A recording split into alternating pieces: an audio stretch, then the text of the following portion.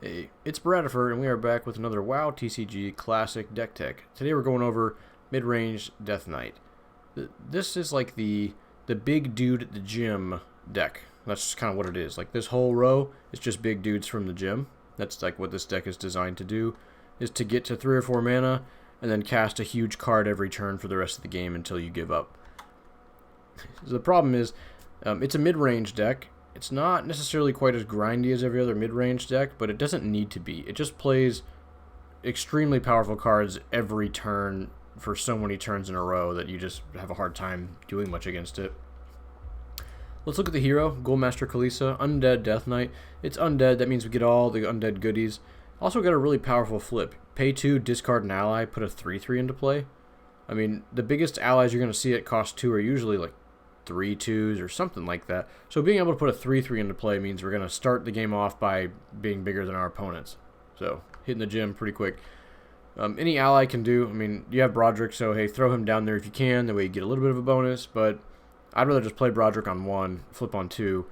So this is one of the better flips in the game just for costing 2. Generates a lot of tempo and it'll trade, or it'll cause your opponents to trade into it so you don't 2-for-1 them. Our other good 2-drop is Deathcharger. This thing's crazy. So it's got the normal, your quest costs 1 less, but also, instead of dealing like 2 damage, it's whenever you place a resource, target opposing hero or ally has -3 health. So this goes through Aberration, but also, I mean, it's -3, it's not just 2. -3 kills off a significant number of creatures, or kills off a significant number of creatures in addition to a Broderick attack, either himself or through your hero, because you can get it up to 4 at that point. So this thing will actually kill creatures every turn. Like, even if it's a creature with just 4 health, I mean, you'll find a way to ping off that last little bit of damage. We have Frozen Cores as an interactive piece.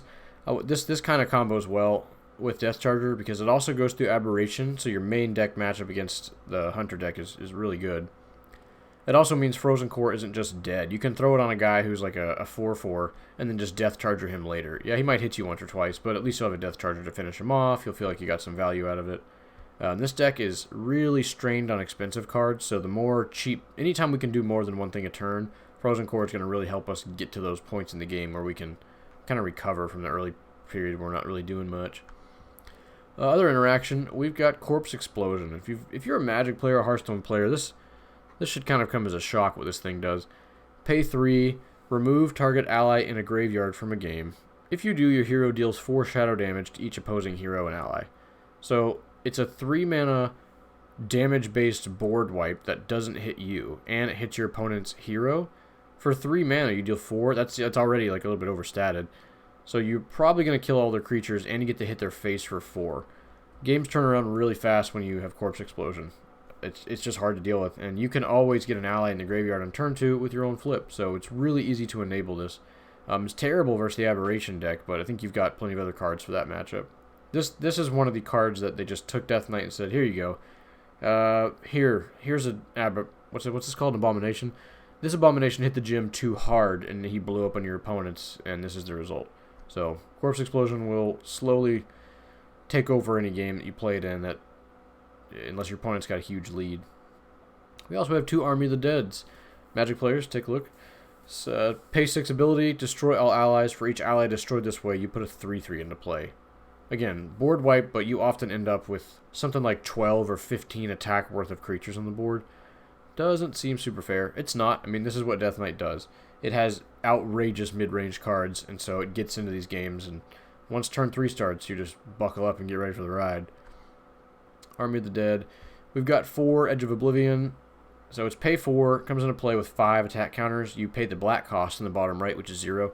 So it's pay 4 weapon. You can immediately swing and into anything for 5 damage. So great to pressure the opponent's life total, or just a nice little solid removal tool that dodges Aberration or untargetable. So just a nice, it does anything you want it to. Removal or pressure. Or just don't cast it. Like, you have so many expensive cards. Let's go up to the top for a moment and start looking at the cheap creatures. We got Broderick, went over him, so he's great in the early game, then he'll end up in the graveyard at some point, and you can get some more value out of him. Vuz'din, Death Knights have almost just nothing that they can do against ongoing abilities. It's the biggest weakness of this class. So 4 main deck Vuz'din helps solve that problem.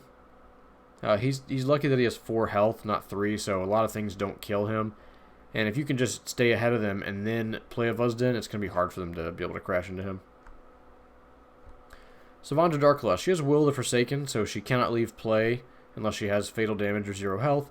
That means cards that say destroy target ally, remove target ally from the game, they just simply do not work on her, including our own Army of the Dead. So this is a great turn 3 play. When she enters play, you draw a card, then destroy an ally in your party. Well, you can't destroy anything with Will the Forsaken, so it's kind of done that on purpose.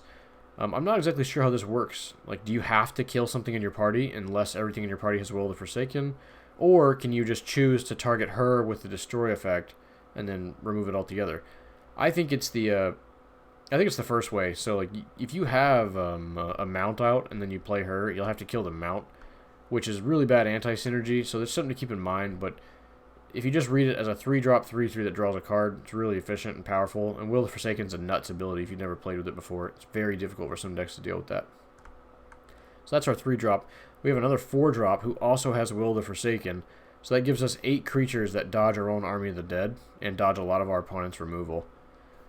Deth'vir, it's got Will the Forsaken. Also, if another undead hero or if another hero or ally in your party would be dealt damage, you may have it dealt to him instead. If you've never played with this, always consider this every single time damage is done to your side of the board, because you can ruin all your opponent's trades really easily. Then you have Undercity that you can use to heal him back up and just ruin your opponent's trades. In the Undead Midrange Warlock video I did, I went over that for a while. That's a long one, but if you sit back and watch that one, you'll understand exactly the kind of plays you can do with just Deth'vir and an Undercity and the absurd amount of card advantage you can get out of it. Daedak, he's an Eternal Protector. Eternal's a trigger where it lets you reshuffle him into the deck when he dies, if you'd like, or if he hits the graveyard any other way. When he dies, you deal a bunch of damage to them based on how many resources you have, and you get healed too. So he's a nice long game finisher. He'll almost always trade with something. This is the kind of card that turns the game around, because whatever early damage your opponent did, maybe they did 10 or 15 to you, and by the time you're playing your huge cards, you keep getting 2-for-1s, then you play this, and it trades, and then it heals you for a bunch and shoots them, and now suddenly they only have like 12 health left or something. And then you play another Daedak, and like if it dies, they lose the game. So it's really hard for your opponents to deal with this card. He just helps add on to this mid-range train. Another 4-drop is Edwin VanCleef. Don't know who made this card. This card made me and my friends quit the game back then because they were $100 a piece. Yeah, it's alright. He ends up a 4-drop 5/3 with stealth and untargetable. In this game, stealth means that you can't be protected against. So opponents can still attack into him with their creatures, but he has kind of a game plan for that. So he's a hard to deal with 5/3 that can't be protected against. Also, when he enters play, put 2 1/1 tokens into play that have this ally can protect allies with VanCleef. So pretty much he gets 2 1/1 protectors that can only protect him. So your opponent can't target it, can't protect against it, and they can't attack into it because there's 2 protectors in the way. So this guy's going to get in for a couple swings. He's just hard to deal with, and your opponents have to find a way to, otherwise they're going to take 5 or 10 from him. Garrosh, son of Grom. He's a 5-drop 5/7, so he's huge. Here's the gym boy. He's got ferocity, so he gets to immediately swing in for 5. He can only attack heroes, but that's fine. That's usually his job. He also has, at the start of your turn, put an orc, a 2/2 ferocity orc into play for every orc you control. So oftentimes it'll only be this guy, but it means at least you get a token at the start of your turn in addition to already doing 5 damage. So he's just the beefiest beefcake in the deck. Also got Mazu'kon. He's another beefcake. It's like, I don't know, but who's the beefier one? Like, that dude's big. Mazu'kon, 6-drop 6/6 with ferocity, so he gets to get in for some damage. When he dies, you get a token that can do the same thing. So you can willingly swing in with Mazu'kon and then Army of the Dead away your own Mazu'kon, and then use the new ferocity token to swing for another 6. That's 12 damage if you already had him in play. So lots of huge guys. I mean, there's 3 of this, 2 of this, 3 of these guys, 3 of these, 4 of these. So if you think just 4-drop creatures to play, that's 6 plus 4. You have 10 big 4-drops to play. How many is this? 8 big 3-drop creatures to play.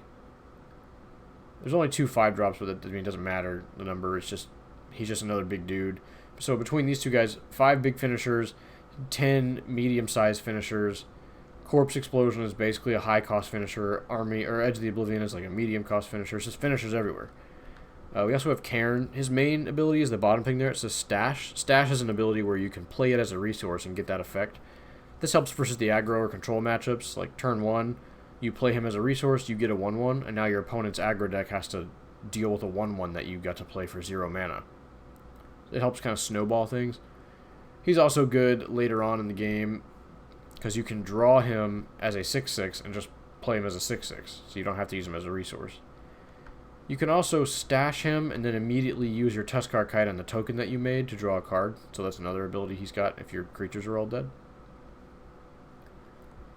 Question of Gluttony, this is good if you have a lot of cards in your hand. It gets really bad if you don't have a lot of cards in your hand. So this deck, you're typically playing a resource every turn, and you're usually playing 1 card a turn. So this gets bad pretty quickly, but it's great on turn 1. I mean, it's often free if you plan for it, but sometimes you don't have that ability.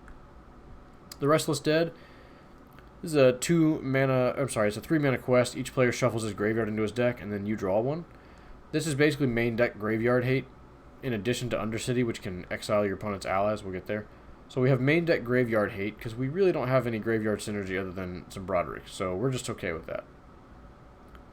And it'll often only cost 2 because we have a mount, so it'll reduce the cost. We have 2 Taretha's Diversion. Pay 2 to complete, and you flip over your opponent's face-up resource. If it was a location, you draw a card. Oftentimes, they're going to have an Eye of the Storm, which is going to end up blocking a lot of damage, because it'll tap down something like 4, plus another 4, plus a 2. So it'll often prevent 10 damage. So if you Diversion it away, then you've got the ability to just end the game faster. And you get some card advantage out of it. Undercity, you can only have one of these out at a time, so just keep that in mind.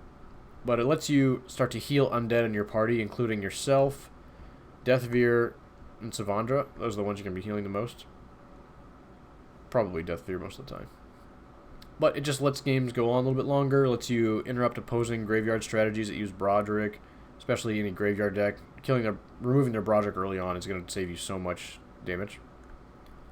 3 Tuskarr Kites to help you draw. I mean, you're a mid-range deck. Sometimes you're not just slamming threats every turn. Sometimes the opponent has a kite and you have to get your own out and try to dig for answers for theirs or dig for something. The way this deck plays, sometimes you have a 1-drop. You almost always have a 2-drop in the form of your flip or this horse. And then once it gets to turn 3, if your opponent doesn't have a significant advantage, you just start playing like this guy shuts off their abilities. This is a 2-for-1.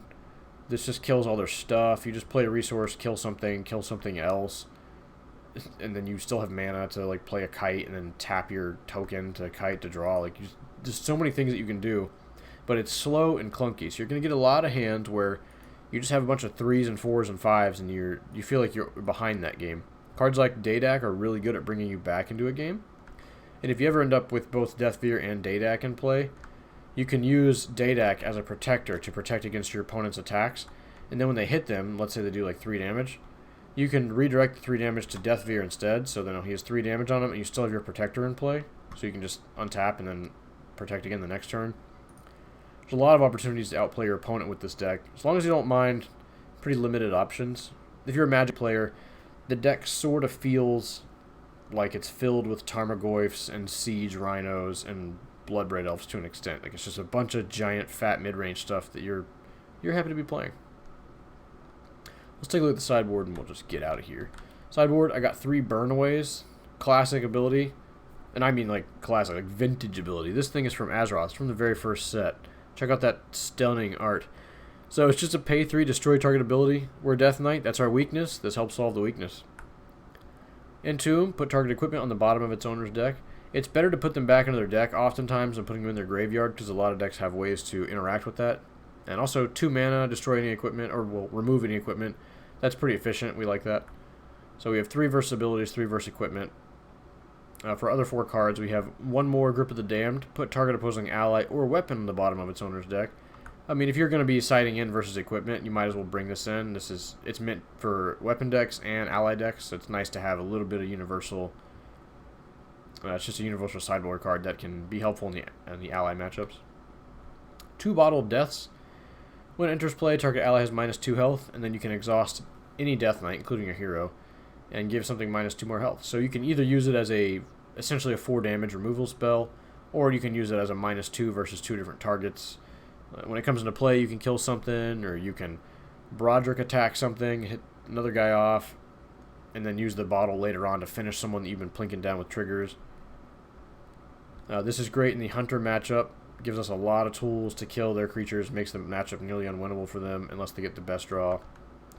And then we have one Cenarius, Lord of the Forest. This is a monster hero, so it can be interrupted by...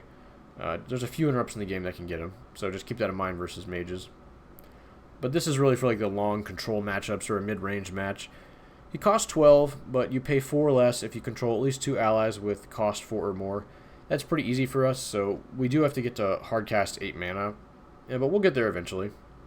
When your hero becomes Cenarius, reveal the top 10 cards of your deck. Put all revealed allies into play and their rest under the bottom of your deck.